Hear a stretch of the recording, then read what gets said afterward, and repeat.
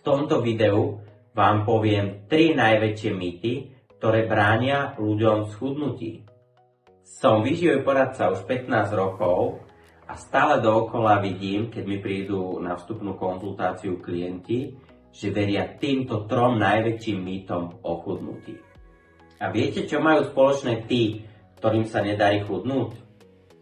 Jednoducho nielen vedia, čo majú jesť, ale aj tomu, čo veria. Jednoducho správne myšlienky sú častokrát veľmi dôležité, alebo dokonca by som povedal dôležitejšie, ako vedieť, čo jesť. Prvý a najväčší, najdôležitejší mýtus, ktorým ľudia veria, predtým než prídu ku mne, že iba rýchlo schudnúť sa počíta. Jednoducho veria tomu, že keď rýchlo nechudnú, tak proste robia niečo zlé. Lenže chudnutie je o tom, že dlhodobo prirodzene chudnem, tak aby sa môj organizmus dokázal na to adaptovať, čiže prispôsobovať. Čiže nie prirodzené chudnutie je veľmi rýchle, ale je jednoducho pomalé, niekedy trošku schudnem, niekedy môžeme aj trošku pribrať, ale dlhodobý smer je oveľa dôležitejší ako rýchlosť. Jednoducho ako rýchlo schudneme. Čiže smer je podstatný, rýchlosť nie je až taká podstatná. Mýtus číslo 2, najrozšírenejším mýtom celkovo u ľudí je, že ovocie nemôžem jesť po obede alebo večer, lebo cukor. Problém je v tom, že niekto vymyslel, že v ovoci je strašne veľa cukru, lenže má určitú pravdu, ale nie je ho tam až tak veľa, ako keby sme to porovnávali napríklad s nejakými čokoládami, alebo rafinovaným cukrom, alebo upravenými potravinami, sladkosťami. To vôbec nemôžeme dať do jedného meritka. Tak ja vám poviem pravdu. Ovocie môžeme jesť aj po obede, dokonca aj večer a častokrát ovocie dávam mojim klientom aj na druhú večeru. Takže ovocie môžeme kľudne dávať po obede alebo aj na druhú večeru. Samozrejme nie až príliš veľa, ako sa to stalo napríklad jednej mojej klientke, keď som jej povedal, že môže jesť ovocie aj na druhú večeru a potom sme zistili, že ona si ho dáva až kilo. Takže kilo ovocia nie, ale do nejakých 200 gramov kľudne aj na druhú večeru si ovocie môžeme dopriať a budeme kľudne chudnúť dlhodobo. Mýtus číslo 3, a to je taký najväčší mýtus. Chudne sa pohybom. Ľudia majú stále v hlave poznačené, že keď chcem schudnúť, tak sa musím začať viacej hýbať. To je určite samozrejme pravda, lenže dôležité je, že čo jeme, nie ako sa hýbeme. Mám aj klientov, ktorí sú inaktívni na vozíčku a tak ďalej s veľmi nízkym pohybom a predsa chudnú. A chudnú, pretože majú dobrú stravu. A takisto mám na začiatku napríklad profi športovcov, ktorí majú aj 2-3 krát za deň tréning a nedokážu chudnúť. Prečo? Pretože majú zlú stravu. Dlhodobé a kvalitné chudnutie je o nastavení celodenného príjmu.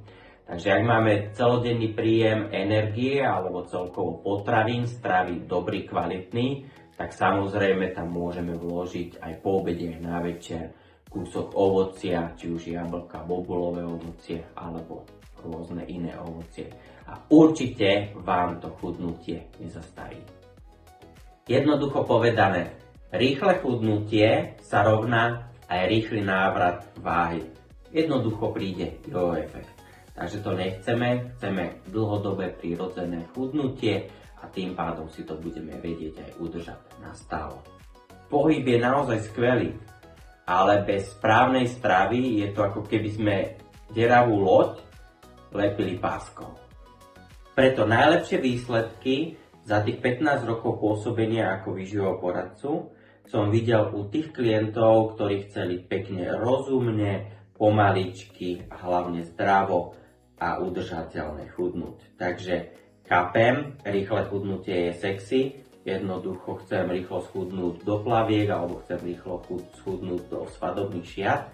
Ja tomu rozumiem a chápem, ale také dlhodobé, kvalitné chudnutie je vždy o tom, že chudnem prirodzene po pol kilečku a nie veľmi rýchlo. Môžete cvičiť aj 5 krát do týždňa ale keď máte zlú stravu, tak jednoducho váha sa ťažko pohne. Jednoducho nedokážete vybehať zlú stravu. Takže si to poďme všetko zopakovať, aby ste po tomto videu už týmto mýtom neverili. Jednoducho rýchle chudnutie nie je až také ideálne. Ideálne je pomalé, prirodzené chudnutie. Ďalší veľký mýtus, ktorý sme odstránili v tomto videu, že ovocie môžeme skutočne aj po obede, aj večer jesť.